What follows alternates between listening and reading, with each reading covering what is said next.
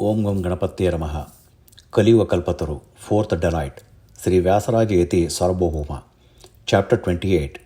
Shri Padaraja's Honor. By 1470 CE, Suluva Narasimha, the king of Chandragiri, the overlord of the Mulibagalu and Penukonda regions, and a powerful ruler of the Karnataka Empire, had gained prominence. He believed that his development and fame were due to the blessings of Sri Lakshmi Narayana Muni. The king aspired to serve and honor the revered saint in an extraordinary manner. Naturally inclined towards a scholar, his interest was always in learning and the arts. Having heard about the prominent centers of knowledge in India, the king envisioned establishing one of the world's greatest universities in Karnataka. Already considered a hub of education and culture, he wanted to support all branches of learning. To fulfill this vision, Suluva Narasimha brought Sri Lakshminarayana Muni from Srirangam and Mulibagalu and established a center of learning under his leadership, providing all necessary facilities. This institution has already gained fame in South India. The king also wished to organize periodic All India scholastic assemblies to enhance its reputation further. He discussed these aspirations with his guru, Sri Lakshminarayana Muni, who encouraged him and suggested that the event would gain great significance if presiding over by Sri Vibhudendra Tirtharu, Yati Sarvabhouma, a revered figure. The guru informed the king that Sri Vibhudendra was currently on a pilgrimage in northern India but had recently arrived at Kumbakonam. The king was instructed to invite him to chair the assembly. Suluva Narasimha sent his close officials and scholars from Sri Lakshminarayana Muni's Mutt to Kumbakonam with invitations for Sri Vibhudendra. The guru, upon meeting his beloved disciple after many years, embraced him with tears of joy. Sri Lakshminarayana Muni paid repeated respects to his guru, expressing his devotion.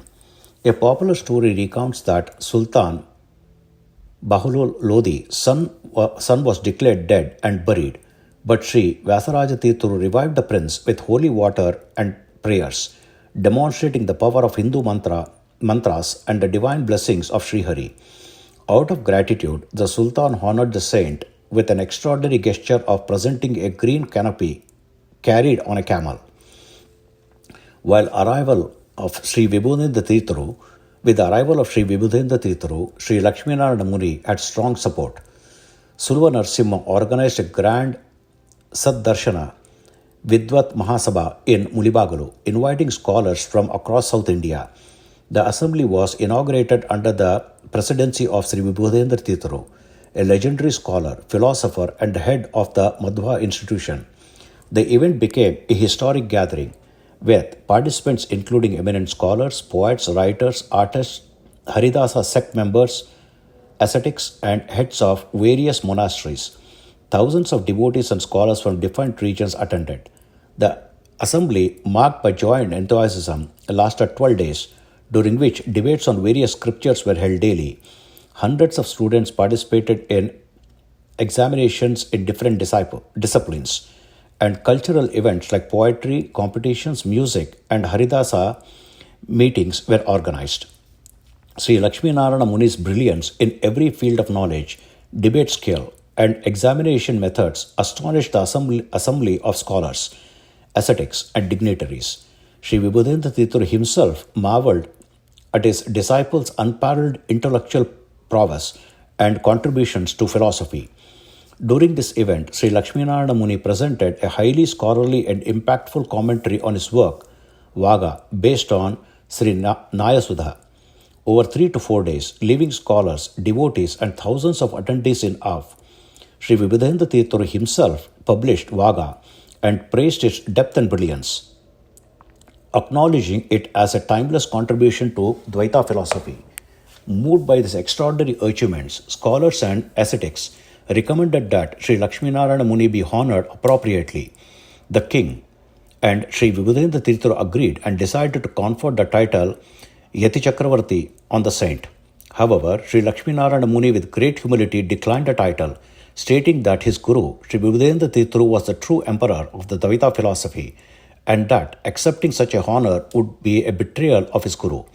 Seeking his devotion, Sri Vibhudendra Tirtharu acknowledged his disciples' humility and remarked, Though there can only be one emperor, there can be a crown prince. Our dear disciple is undoubtedly the future Yati Chakravarti of Dvaita philosophy. He then confirmed the title Shri Padaraja on Sri Lakshminarayana Muni in a grand ceremony. The event concluded with great joy, with all participants honoring the offering gifts to Sri Lakshminarayana Muni. Sri Vibhudendra Tirtharu personally distributed rewards to scholars, poets, artists, and students. Sulva Narasimha, deeply impressed, invited Sri Lakshminarayana Muni to his court in Chandragiri. The king honored his guru with royal splendor, seating him in a golden palanquin, leading a grand procession to the palace, and daily seeking his guidance on spiritual and administrative matters. During an auspicious moment, the king formally declared Sri Lakshminarayana Muni as the royal guru, offering gifts of gold, jewel, garments, and land. After some time, Sri Lakshminarayana Muni returned to Mulibagalu, continuing his mission of spreading knowledge and spiritual wisdom. Hari Om.